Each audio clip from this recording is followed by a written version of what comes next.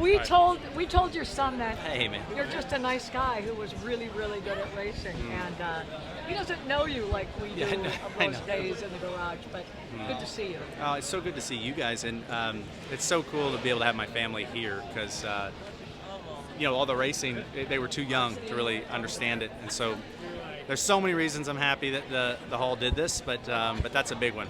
And the other biggest reason is just to be able to come back and thank everybody.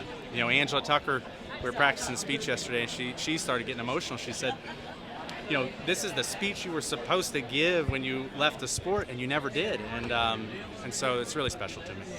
So talk about how special it is for the reception that you see from the fans. I mean, is that still grab at you a little bit? I'm going to talk about that tonight a little bit. I left, walked away. I had no clue if I'd come back in 6 months or a year, but I didn't. I stayed away. It was one of those things, like, the longer it went, I just thought, I guess that, that cord is cut, it's done. And when I got invited back to Darlington, I was really nervous to go. I mean, you can ask my wife. I just didn't know the reception, and I was blown away. I was shocked. I remember when we did the introduction, I was waiting to hear what the crowd would do, and they cheered, and I told Dale Jr., I said, oh my gosh. He said, dude, we miss you. And you don't know how much it means to me. Oh, it's not reality. It's not, for me, it's not yet. You guys know this sport. You understand. This is everybody, so many people. I can look at each one of these cars. There are hundreds of people who give their lives for each one of these cars. And I don't even know what to say. I don't know. What has it felt like as you've walked on the floor here just tonight to start this reception? It feels very good. Trying very hard.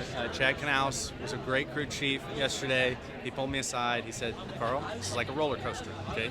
He said, right now you're going up, okay, and you're nervous. I was like, yes. He said, you're going to get on the ride, and that's right now.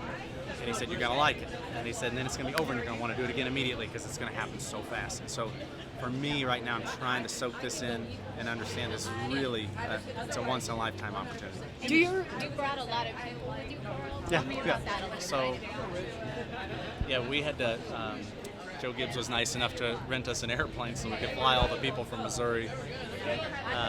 I'm not missing this opportunity to celebrate this. You guys saw a lot of backflips, right? You saw me celebrate, but one of the things I screwed up in my career is I took pride in not internally celebrating. And I said, you know what, I'm going to win, I'm going to be happy for a minute, and I'm done. And then I'd move on like a machine, and that was wrong. So when they said I could bring people, I said, we're going to make sure this is fun. We're going to make sure that there's a real celebration, and they let me do that. If you backflip off the stage tonight, I'll give you $100.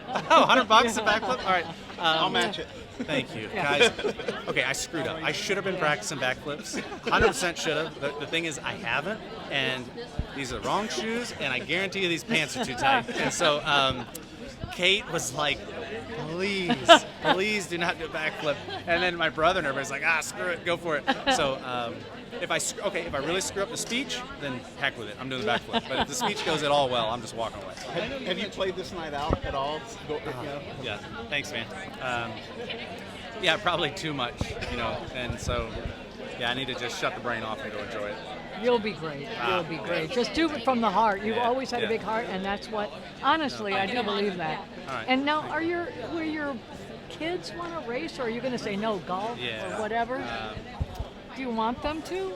So, racing's really great, but every prize has a price, and racing takes a lot, and there's real risk involved. So, my son really wants to race, so we're working through that. Yeah. Well, football would be. I mean, I don't know if that's better. I don't know. I'm thinking sailboat racing would be great. So we could do that. That'd be a lot of fun. But, or make sure that you were focusing to maximize yourself. Is there one person or a number of people who stand out at the top of the line as people that really manifested this opportunity and this journey for you? Okay, so I get to talk about this tonight. That's a really good question, and I'm so glad I get to talk about this. I read this book George St. Pierre, UFC fighter, wrote, and one of the things he said in the book was, he said, I don't understand why people hate their competitors, why they have all these mean things to say. He said, I can't be a fighter without my opponent. My opponent makes me what I love to be. and I thought, oh, like this light went off. And I thought, I missed that my whole career. I thought of it wrong. I didn't love and respect those guys for the fact that they were so good, and it was the iron sharpens iron. I mean, they made me great. And if I had to do over again, I'd go back. I'd be best friends with these guys off the track, and we'd still race like crazy. But I could have done that better.